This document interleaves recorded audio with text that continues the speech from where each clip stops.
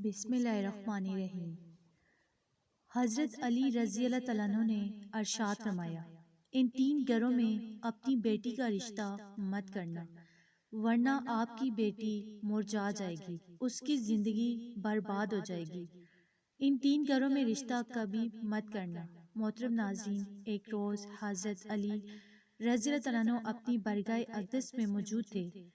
ایک مالدار شخص آیا اور بہت زیادہ پریشان تھا۔ اس کے چہرے پر پریشانی کے آثار نمایاں نظر آ رہے تھے۔ اس نے حضرت علی رضی اللہ تعالیٰ عنہ کی بارگاہ اقدس میں عرض کی کہ یا امیر المومنین، میں بہت پریشان ہوں، میری پریشانی آپ ہی دور فرما سکتے ہیں۔ تو حضرت علی رضی اللہ تعالیٰ عنہ نے فرمایا، کیا مسئلہ ہے؟ کون سی بات ہے جو تمہیں مجھ تک لے آئی ہے؟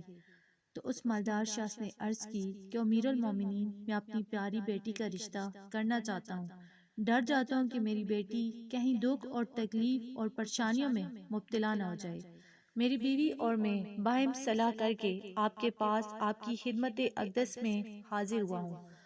مجھے کوئی ایسا گھرانہ بتائیں جس سے میری بیٹی کا گھر آباد رہے اور ہمیشہ ہمیشہ کے لیے خوش رہے، اور ہم اپنی پیاری بیٹی کا گھر ہنستا بستا دیکھ کر ہمیشہ خوش رہے۔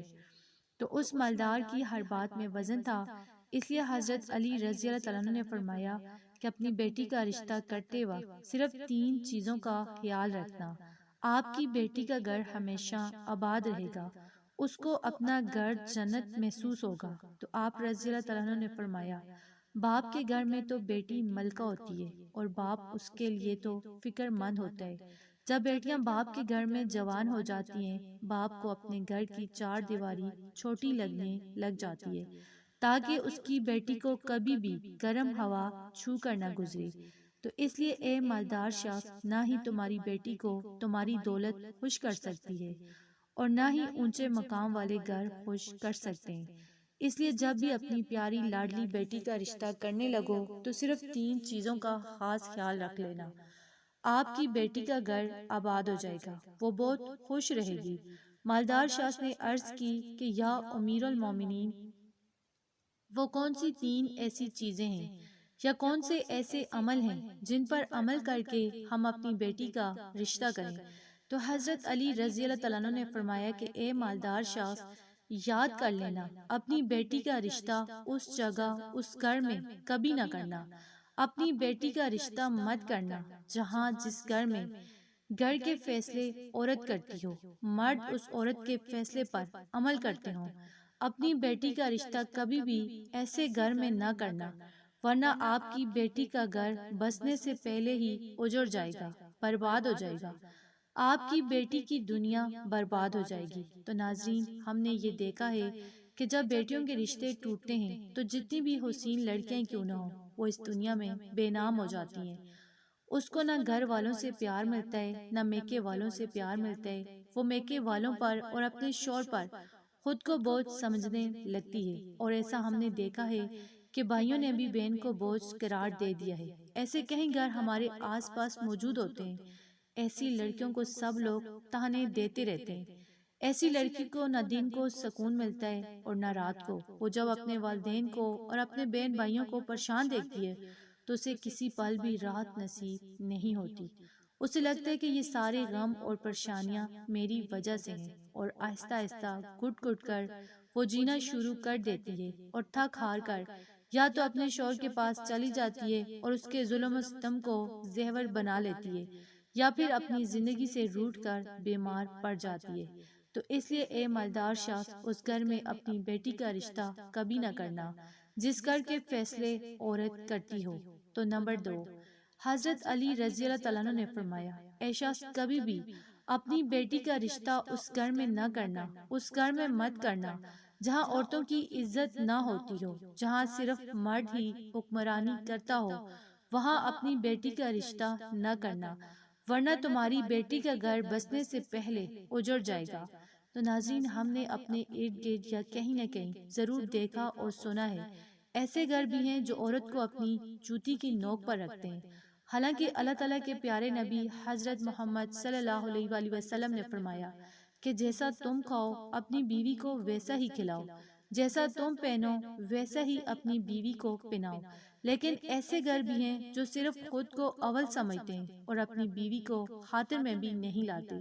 ایسے شخص بھی ہیں جو اپنی بیوی پر ظلم و ستم کر کے خوش ہوتے ہیں اور کہتے ہیں کہ ہم نے اپنی برادری میں اپنا نام اونچا کر لیا ہے، حالانکہ وہ اپنا نقصان کر رہے ہوتے ہیں، کیونکہ وہ میرے نبی کریم صلی اللہ علیہ وآلہ وسلم کی سنت پر عمل پیرا نہیں ہوئے، اپنے لیے عذابوں کا گڑھا کھود رہے ہیں۔ تو اس لیے اے شخص اپنی بیٹی کا رشتہ اس جگہ مت کرنا جہاں عورتوں کی عزت نہ ہوتی ہو۔ حضرت علی رضی اللہ تعالیٰ عنہ نے فرمایا کہ اپنی بیٹی کا رشتہ اس جگہ کرنا جہاں خاوند اپنی بیوی کے ساتھ نرمی، خوش اخلاقی اور حسن سلوک کے ساتھ پیش آئے، جو اپنی بیوی کے حقوق ادا کرنے میں کسی قسم کی غفلت اور کوتاہی نہ کرے، جو اپنی بیوی کا اس طرح ہو کر ہے کہ کبھی کسی اجنبی عورت پر نگاہ نہ ڈالے، جو اپنی بیوی کو اس طرح رکھے کسی اجنبی عورت پر نگاہ نہ ڈالے، جو اپنی بیوی کو عیش و عشرت میں برابر شریک سمجھے، جو اپنی بیوی پر بھی ظلم و ستم اور کسی قسم کی بیجا زیادتی نہ کرے،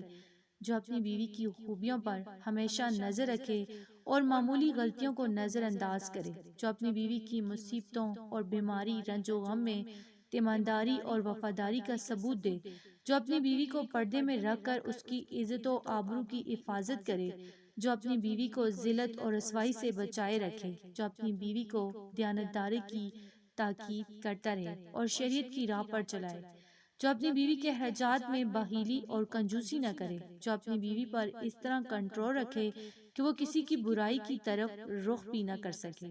حضرت علی رضی اللہ تعالیٰ عنہ نے فرمایا کہ اے مالدار شخص، تیسرا عمل اپنی بیٹی کا رشتہ اس جگہ کبھی بھی مت کرنا جہاں ان کے کنبہ یعنی ان کے خاندان میں طلاق بہت زیادہ ہو۔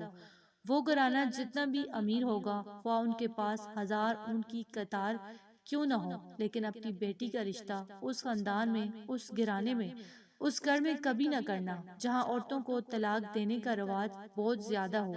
حالانکہ ایسے لوگ اللہ تعالیٰ کی پکڑ میں آتے ہیں۔ اللہ تعالیٰ کے ارشاد مبارک ہے، طلاق دینا بدترین عمل ہے، کیونکہ یہ عمل شیطان کو سب سے زیادہ پسند ہے۔ تو ناظرین، آپ خود سوچیں کہ جس عمل پر پروردگار عالم غضبناک ہو جائے، وہ انسان اس دنیا میں بھی ذلیل و خوار ہوگا اور آخرت میں بھی رسوا ہوگا، بلکہ وہ تو خوار ہو گیا سمجھو۔ اس لیے اس شخص کو ان 3 چیزوں پر عمل کر اپنی بیٹی کا رشتہ کہیں کر دو، کیونکہ یہ سنت عمل ہے اور آپ کی بیٹی ہمیشہ خوش رہے گی۔ وہ شخص حضرت علی کی محفل میں آیا تو اداس ہو کر تھا، مگر آپ نے اس شخص کے سارے شکوک و شبہات کو دور فرما دیا، تو ہمیں بھی ایک راہ دکھائی کہ اپنی بیٹیوں کے رشتے کیسے گھروں میں کرنا چاہیے جس سے وہ خوش رہ سکے۔ تو ناظرین کرام، میری اللہ تعالیٰ سے دعا ہے کہ اللہ تعالیٰ ہماری تمام بہنوں کے نصیب اچھے کرے، آمین۔ اور اگر آپ کو ویڈیو پسند آئے تو اس کو لائک کر دیں، چینل کو سبسکرائب کر دیں۔ جزاک اللہ۔